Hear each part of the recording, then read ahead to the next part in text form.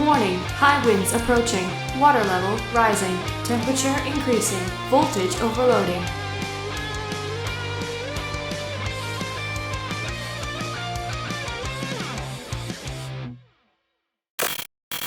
Warning, this video is intended for adult collectors. It contains plastic collectibles, questionable opinions, and someone that's given too much money to Hasbro. Do not panic. This is just a random review. Hello everyone, welcome back to the TJOmega channel. It is day 1 of our daily content grind. I'm still away, so I don't know what day I decided to put this up. But, I know for the random reviews I've been trying to do different things, but we are going to throw a Transformer in here. No, it's not G1 Bumblebee, technically. We are looking at the missing link Bumblebee, the $40 one that Takara came up with modern engineering and articulation in mind. Hoo boy. So I know for such a tiny little figure, this is a mini bot, that is very, like the reissues of this thing are always very, very cheap. So when they add articulation to it, is it actually worth the $40? That is why you have reviewers like me who can spend the money and write it off on my taxes so you do not have to go through the effort of purchasing something that you ultimately aren't going to enjoy. Point being, you watch this so you can find out. So here you are finding out. The vehicle mode is a very, very faithful recreation of the original Penny Racer inspired Bumblebee toy. Squat little Volkswagen, as it always was. Now, unfortunately, I didn't think far enough ahead to actually bring my vintage Bumblebee in for this review. But I will say the yellow is very close. This is a very rich yellow. Different reuses of Bumblebee tend to play around with the shades, but this is on the darker, more richer shade, which is kind of my preferred Bumblebee color. I don't like the super bright, annoying yellow. The sculpting itself comes as close to the original as it can. If you were to put the two side by side, you could probably spot some molding differences here and there. But for the most part, it is the original toy. Like, it has the vibe and the feel of the original Bumblebee mini-bot, which is exactly what we are going for here. Besides the yellow, you can see there is solid black making up all of his windows. It's all internal pieces. You can see black as well, makes up the bumper. Along the side, you got chrome on the wheels, nice to see. We go to the underside, it's all black, and then we actually get to see a vintage rub sign. So let's see. Is this Bumblebee really a Decepticon? No, it is not. That is distinctly an Autobot symbol. Nice to see that they still do these once in a while. It's a nice little throwback, and on a piece like this, it's that nice little nostalgia hit I like to have. On the top, you have a modern tampographed Autobot symbol with the, your more traditional look to it. Now, let's see. What can I point out here that hasn't been pointed out here? Well, we can go to the back, where this detail, which seems to be stickered on because I feel like an edge to it with my thumb. This is where you can start noticing just a little bit of difference if you were to put the two side by side. You'll notice there's a little mushroom peg sticking out the back side on the back hatch of Bumblebee. So, of course, that is going to form the head, which you can kind of see peeking through here. Now, I could be wrong, because admittedly, I haven't picked up my vintage Bee in quite a while. I don't remember the panel being flat back like that. I know on a Penny Racer toy, that's where it would be because you need the space to put a penny in there in order to make him wheelie on his back wheels. That's why the rear wheels are so big, just in case you don't know what a Penny Racer is. That said, I can remember mine fitting flush. I might be mistaken. Like I said, it's been a while, but it is kind of annoying to me that a little bit of his head is poking out when it doesn't have to.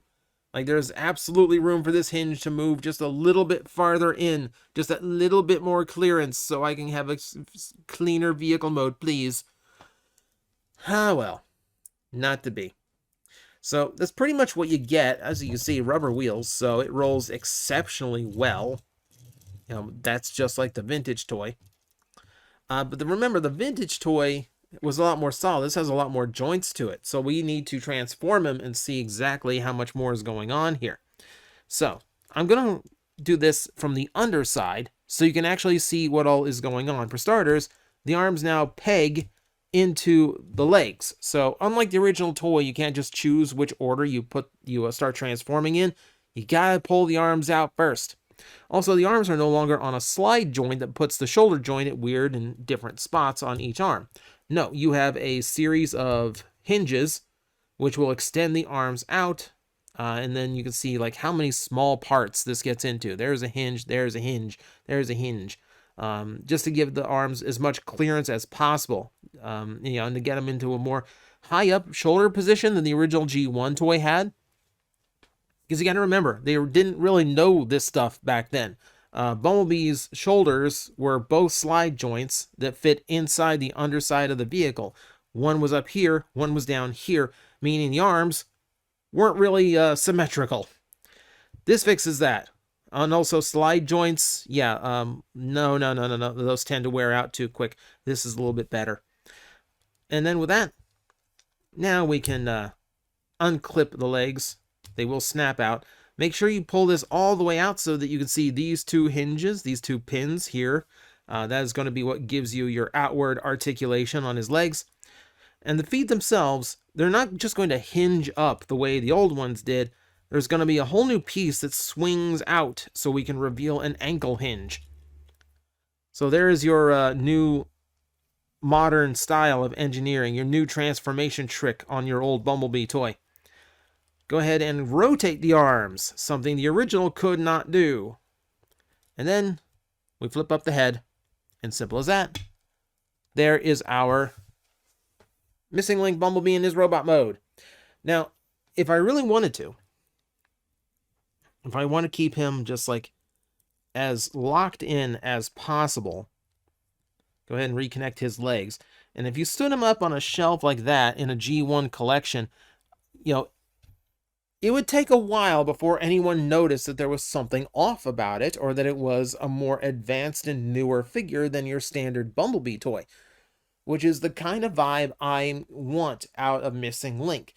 No matter what they do with the engineering and articulation, no matter how much they improve the transformation and like the overall design of the toy, I want it to feel like the original when I'm transforming it. That's the biggest thing for me. I don't want it to feel like a modern figure. I want it to feel like a 1984 figure. And that's what we get out of Bumblebee. Yeah, it's a little bit new, but it still feels like I'm doing the same process that the original one required, even though we've swapped out for better modern engineering. Let's get him back into his modern stance, where everything works much nicer. And you can see, this is your classic Bumblebee down to a T. I do want to commend Takara for resisting the urge to give him a modern head. He is rocking the original toy's visor and mouth plate. Good to see, because that is exactly what we want. We want this to be as much like the original toy as we can. We look around, he pretty much looks the same way the old toy did all the way around. You see a hump on his back that's supposed to look like a spare tire. That's still intact. Yeah, it's just a straight up mini-bot, no matter how you look at it. Seeing the wheels behind the hands, that is a little odd. That is a little odd and a little bit different for this design, but that's whatever. So really, there's no gimmicks, there's no features, there's no anything, and I can't really point out deco here, can I? Oh, there's more black parts. All there really is the articulation, because that is the major selling point of this line, is it has articulation. For starters, the head rotates. That's what that mushroom peg was for. And I guess it looks down a little bit too if you want to work that hinge, but it can't look up, so it is a little bit limited. Shoulders are interesting on this figure, so if you've got them all jacked all the way to the top here, that hinge is going to get in the way. And you can see it doesn't really get that far. You have to move it down a little bit to get a little bit more outward range. But otherwise, it's not giving me the range at the shoulder that I was really hoping for. And also, you can see here, the joint's not quite as solid as I would like.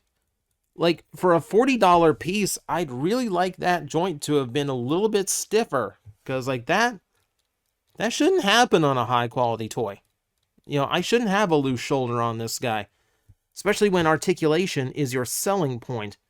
Regardless, you can start clicking things into place and try to hold it so at least it holds position, but posing it around gets a little bit funky and finicky. The arms do rotate forward. They have a butterfly forward and back effect. So between that, you do get a decent amount of articulation out of the shoulder, but it's not the universal joint, and it's not the outward motion that I would like to see. You do have the bicep rotation that was part of transformation and a 90-degree elbow bend. Nothing in the waist, because how would you get a waist joint out of this toy? What you get is outward hip joints and then energon hips, where it moves outward, and then there's a hinge that moves the leg forward. I never like these. I don't like how this feels. It's weird, and it feels very limiting, which is unfortunate. You do have a thigh swivel, and then you do have a knee bend, as well as an ankle rock.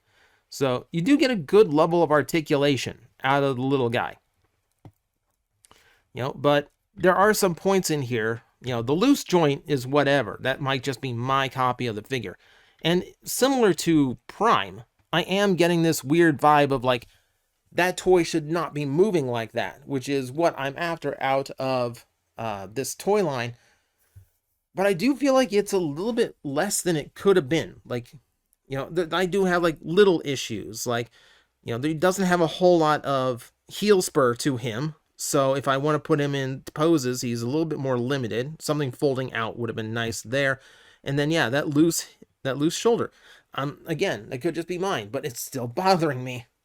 But even then, the shoulder doesn't have as much range as I was hoping for. Now, I know it's a small piece, but we've all, like, I try not to bring up third-party stuff, but we've all had smaller Bumblebee figures from third-party, and they have a better range of motion than this guy. Granted, they weren't going for the original G1 aesthetic and transformation scheme, but we do know that small engineering like that is absolutely possible. So it is a little bit upsetting that Takara didn't go for that. It's a little bit less than what I was expecting. Now, here's something the original Bumblebee did not have. Accessory. So on the back side, see if I remember right. Yeah, the back side, the hole does allow you to actually store his weapon on his back, because sometimes you don't want Bumblebee to be armed. He's usually the nice one, but it does fit in his hand. It's a simple chrome pistol. Nothing to write home about. Nothing terribly exciting, but does give him a little bit of accessory armament. This is the point of the review where I point out that if you bought the Cliff Jumper, you would have also gotten his big bazooka weapon for the exact same price of this Bumblebee, meaning that you are getting a little bit less out of him than his wave mate, which is a little bit disappointing, though I'm not entirely sure what you would have thrown in with Bumblebee. Here's what else they threw in, and this is actually a kind of cool addition. So you can sticker him to match your Bumblebee aesthetic. If you don't like the tampograph and you want the look of the Autobot sticker on the top, you have that. You also have a spare if you want to put it on his foot, because a lot of times the Autobot sticker ended up there. You also have like the weird misshapen Autobot logo and the tech details stripe that was on his original artwork, which has been updated for Missing Link here. So that's a neat little idea. So you can customize it to be your style of vintage Bumblebee. Not a bad little trick. But that said, I'm not sure that's enough to save it. You know, I'm not getting, like, I knew I wouldn't get quite as much of a wow factor as I did Optimus, because, yeah, it's just a mini-bot. But for $40, I really did expect it to feel better than this, or to not have, like, the more primitive articulation that I kind of thought we did away with in the 2000s. I know it's small, but as I said, we've all seen where small has been done better than this before, and I don't think it would have been a sin to attempt it. So overall, $40, I'm not really feeling it. Like, this does not feel like a $40 piece to me. At $30, I would have been much happier with it. And that's not me going like, I want a bargain. That is me going, yeah, this feels like a $30 piece. It just feels like I got a $10 upcharge because it's their premium line. yeah, it's just a little bit too there's just a little bit disappointment. There just isn't quite enough there for me to justify the price point, which is probably a good reason why I didn't go for Cliff Jumper as well, because I didn't really want to double up on the disappointment. If you like what you see, you're going to enjoy the toy. But for me, I think there's just a little bit that could have been done better, and I think that's the difference in the $10 for me. So that's your Missing Link Bumblebee, which I'm sure is going to be a collection piece for a lot of you, regardless of my opinion on it. It's still fine. It's still fine. I just think it's overpriced for what it is doing. And of course, if you're going to go for everything Missing Link, you're going to have to get it eventually. I'd recommend waiting for a sale, but it's Bumblebee. What are the chances it's ever going to go on sale? So there you go. That's what I have for you today. Thank you very much for watching. I will see you next time.